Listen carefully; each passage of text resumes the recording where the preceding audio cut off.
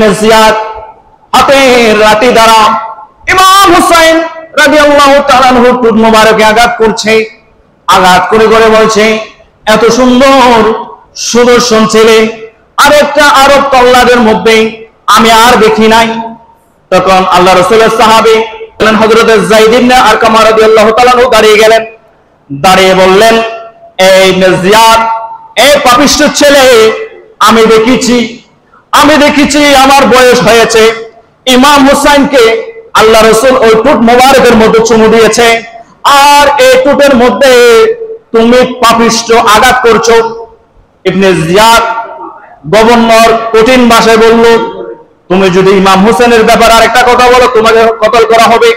জোরে বলি না নাউজুবিল্লাহ। মানুষ মত প্রকাশ করার স্বাধীনতা হরণ করেছিল। মানুষের মত প্রকাশ করার সাহস মানুষ পায় নাই। মানুষ জিম্মি হয়ে গিয়েছিল। আল্লাহ রাসূলের সাহাবায়ে কেরাম লাঞ্ছিত হয়েছে। তখন যায়েদ ইবনে আরকাম রাদিয়াল্লাহু তাআলা আনহু দাঁড়িয়ে বললেন, ইবনে জিয়াদ, তুমি আমাকে হত্যা করো। তাহলে আরো শুনে রাখো, ইমাম হুসাইন হাসানের প্রশংসা।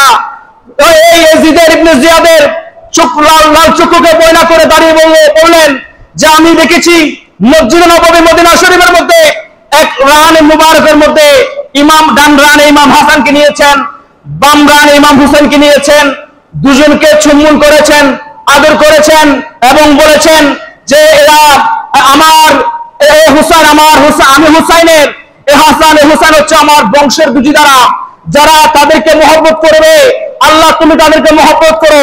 যারা তার সঙ্গে দুশমনি করবে, আল্লাহ তুমি তাদের সঙ্গে দুশমনি করো। জোরে বলি না নাউজুবিল্লাহ। আক্রমণ করার মনস্থির করলেন ইবনে জিয়াদ। উপস্থিত সাহাবায়ে কেরাম ছিলেন, মজলিসের মধ্যে যারা ছিলেন বাধা দিলেন, বললেন যে উনি তো বয়োজ্যেষ্ঠ হয়ে গিয়েছে, কানে কম শুনে চোখে কম দেখে, তুমি এই সাহাবীর সঙ্গে আর বিয়াদবি করিও না, যা বলছে বলে ফেলতে ছেড়ে দাও। ইবনে জিয়াদ হুকুম দিয়েছে, ইমাম হুসাইন রাদিয়াল্লাহু তাআলা আনহু ওই মাথা মোবারকটাকে কুফার জামে মসজিদের মধ্যে নিয়ে যাও।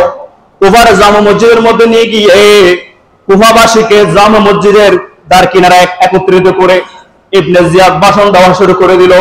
এই কুফাবাসীরা, আমার কাছে খবর আছে, তোমরা ইমাম হুসাইনকে চিঠি দিয়ে আহ্বান করে এনেছো। তোমরা যদি ইমাম হুসাইনের পক্ষ হয়ে যদি বিদ্রোহ করো, বিপ্লব সৃষ্টি করো, তাহলে ইমাম হুসাইনের পরিণতি কেমন হয়েছে তোমরা দেখো। তোমাদের কাউকে ছাড় দেওয়া হবে না। ইমাম হুসাইনের ব্যাপারে অহেতুক অবান্তর অশালীন আচরণ করছে, আল্লাহ রাসূলের পরিবারকে গালি দিচ্ছে ইবনে জিয়াদ। তখন হযরতে ইবনে আফিফ রাদিয়াল্লাহু তাআলা আনহু একজন তাবী ছিলেন, চোখে দেখতো না, চোখ অন্ধ। ইনি মসজিদের মধ্যে কোনায় বসে বসে সারাক্ষণ জিকির করতেন, বয়স হয়ে গিয়েছে। হযরত ইবনে আফিফ রাদিয়াল্লাহু তাআলা আনহু দাঁড়িয়ে গেলেন। কোন ব্যক্তি ইবনে জিয়াদের সঙ্গে প্রতিবাদ করার সাহস পায় নাই। একজন বয়োজ্যেষ্ঠ হযরত ইবনে আফিফ রাদিয়াল্লাহু তাআলা আনহু দাঁড়িয়ে বলল, এই ইবনে জিয়াদ, আমি তোমাকে খোদার লানত দিচ্ছি, তোমার উপর আল্লাহর লানত বর্ষিত হোক, আল্লাহ রাসূলের লানত বর্ষিত হোক। তুমি কি পরিবারের সঙ্গে এমন আচরণ করেছো? আমার যদি যৌবন থাকতো, আমার যদি আগের বয়স থাকতো, তাহলে আমি তোমাকে এই মুহূর্তে তরবারি দিয়ে হত্যা করে ফেলতাম। জোরে বলেন না সুবহানাল্লাহ। তখন ইবনে আফিফকে ধরে ইবনে আফিফকে শহীদ করে দিয়েছেন। ইন্না লিল্লাহি ওয়া ইন্না ইলাইহি রাজিউন। মানে কথা বলার সাহস পাই নাই। এখন এই পরিস্থিতিটা আমরা এখন বুঝবো। দেশের মধ্যে যখন বললাম না পরিবর্তন আসে, বিপ্লব হয়, মানুষের মধ্যে নানা রকম উশৃঙ্খলতা সৃষ্টি হয়, ভদ্র মানুষগুলো নীরব হয়ে যায়। তখন এখন যদি এই পরিস্থিতি শিক্ষিত হয়েছে, অ্যাভেলেবেল, ইউনিভার্সিটিতে পড়ে অ্যাভেলেবেল, এখন দেশের মধ্যে মব জাস্টিস চলতেছে। আর তখন তো মানুষের মধ্যে অক্ষর জ্ঞান ছিল না, মানুষ ছিল শোনা কথায় কান দিতে বেশি। এইসবের মধ্যে পরিস্থিতি আরো কঠিন ছিল, বর্বরতা বেশি ছিল।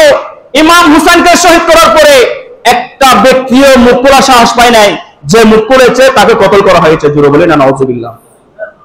কুফার গলিতে ইমাম হুসাইনের মাথাটা নিয়ে আনন্দ মিছিল করেছে তারা।